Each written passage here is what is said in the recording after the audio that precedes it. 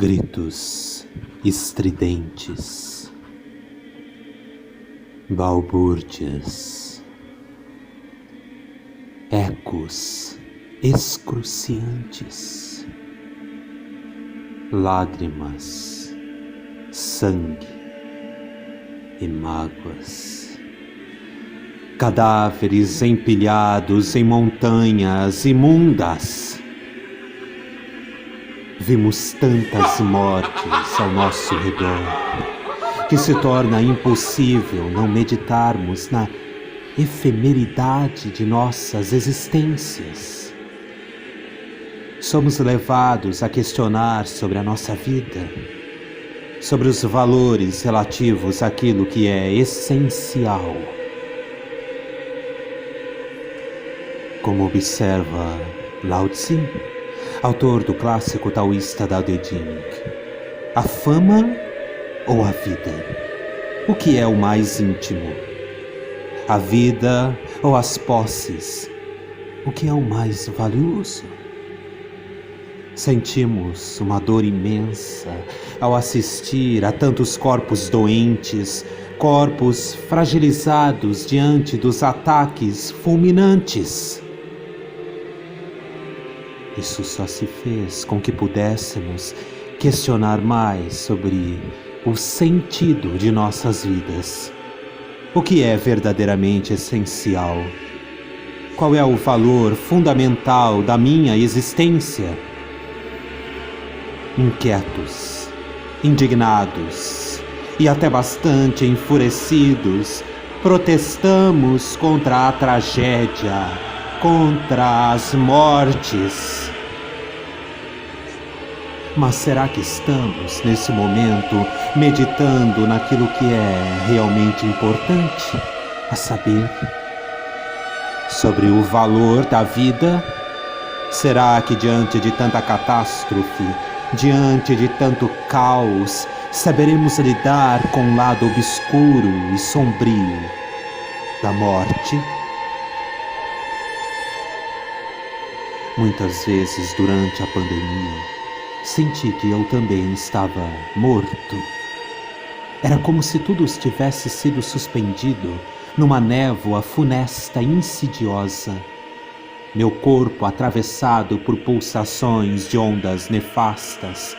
Tudo se fundia numa espécie de devaneio cadenciado e indolente. Ossos espoliados, ouvidos estancados. Era como se todos os sons da cidade tivessem se exaurido num surdo rumor melancólico. Oh, vazio, vibração de lâminas lascivas que se revolvem nas entranhas, irremediável sabor da morte, melodia estridente que entorpece a mente, intermitências destiladas no tremor da pele, supressões de movimentos, de gestos e de palavras, quando todos temos de nos silenciar na nossa cela solitária, entre o nada e o espasmo das mortes alheias. Onde encontrarei a pérola preciosa da minha vida? Nesse estado intervalar de desfalecimentos, soterrado no meu quarto, submergi numa angústia indefinida, numa correnteza estranha, como se nem pudesse mais apalpar meu próprio rosto. Assim, arrastava-me quase num estupor indizível. Submergia desfalecido numa espécie de oblívio quase místico. No entanto, eu ainda estava ali presente, sentado na cadeira, com as mãos trêmulas e languidamente receosas do contato com os outros corpos que poderiam me contaminar com o vírus. Dominado pelo medo, afundei-me de repente na eternidade de uma angústia primeva, ancestral e originária. Palpitava em mim o espírito do vazio originário ancestral, como diz Laozi no capítulo 5 do Tao Te Ching. O espaço entre céu e terra não se parece com um fole? Esvazia-se e não se encolhe. Move-se e ainda transborda. Quase ainda buscando capturar essa palpitação sutil e efêmera, pus-me a escutar com mais concentração aquilo que ressoava dentro dos meus órgãos. Minha pele entumecida, meus olhos crispados, senti que estava sendo chamado para um frenesi originário, para o fluxo regurgitante dos primeiros clarões. Surdamente nascia em mim um pensamento relâmpago: sou como esse vazio do fole. Contudo, esse vazio não é a mera negação da vida, nada insípido, onde todas as coisas se dissolveriam. Esse vazio é a plenitude de todos os seres. Podemos senti-lo dentro da nossa interioridade. Afinal, o que é o espírito face à morte? O que é a vida face ao terror? Mesmo que todas as coisas venham a se deteriorar, desvanecendo-se na morte, é provável que subsista algo que seja imperecível. Esse ser imperecível e jamais sujeito às mudanças não seria o vazio? A plenitude de um vigor transcendente? Nesse momento em que se difundia em mim essa outra face do vazio, a morte aterradora, enganchando pelo pescoço, gritava numa algaravia cínica: você é como uma veste imunda, flor pálida, pedaço de carne mortal. Então assaltava-me a dúvida: a fama é mais valiosa do que a vida? Os bens externos são mais importantes do que a existência? Uma voz desconhecida, íntima, me dizia que a vida era uma potência ilimitada, da qual não estava consciente até então. A vida era um vulcão de lavas profusas e ardorosas, um vórtice de faíscas e ondulações. A vida é o valor mais precioso e insubstituível, pois se a perdemos, todas as outras coisas perderão seu valor.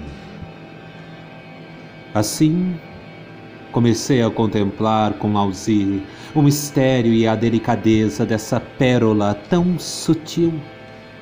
Sabia que o desgaste de todo o nosso ser era provocado pela cobiça dos bens externos e da fama ilusória. Esquecemos do que é valioso e do cultivo da potência da vida em meditação profunda. Esquecemos de viver de maneira moderada, evitando os bens supérfluos que nos levam ao grande desperdício. Os tempos atuais nos levam a pensar se podemos retornar a uma vida mais equilibrada. Ao invés de se conduzir na moderação, a maioria das pessoas deseja se apoderar dos bens externos ou afiar as suas próprias habilidades, com o objetivo de estar sempre à frente das outras. Em razão desse espírito de competitividade, tornam-se arrogantes, presunçosas e gananciosas. Todo esse apego excessivo prejudica o sopro vital e estanca o fluxo natural. É por esse motivo que é necessário abandonarmos esse autoapego narcísico do eu. Da mesma forma, reduzirmos o apego excessivo gerado por esse acúmulo desmedido que poderá consumir nosso ser. Quando estivermos livres desse vício terrível, conquistaremos a nossa autossuficiência na simplicidade. É por isso que o mestre taoísta Liezi, no seu Vazio Perfeito, dizia que contemplar a si mesmo é buscar a autossuficiência em nossa própria natureza.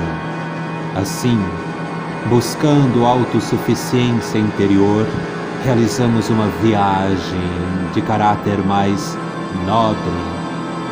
Buscando as coisas externas, estamos longe dessa realização.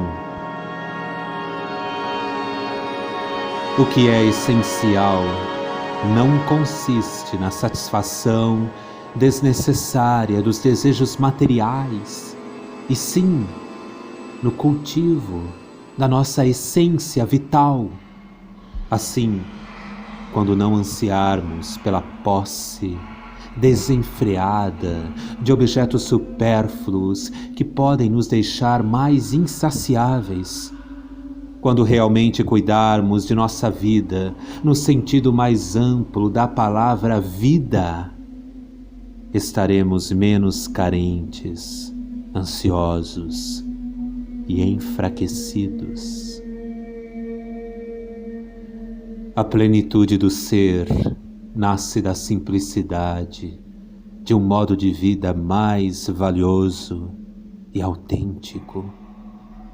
É preciso que, após a nossa passagem na noite escura da alma, cada instante de morte e desfalecimento possa ser transmutado numa outra constelação sagrada, numa forma de vida exuberante,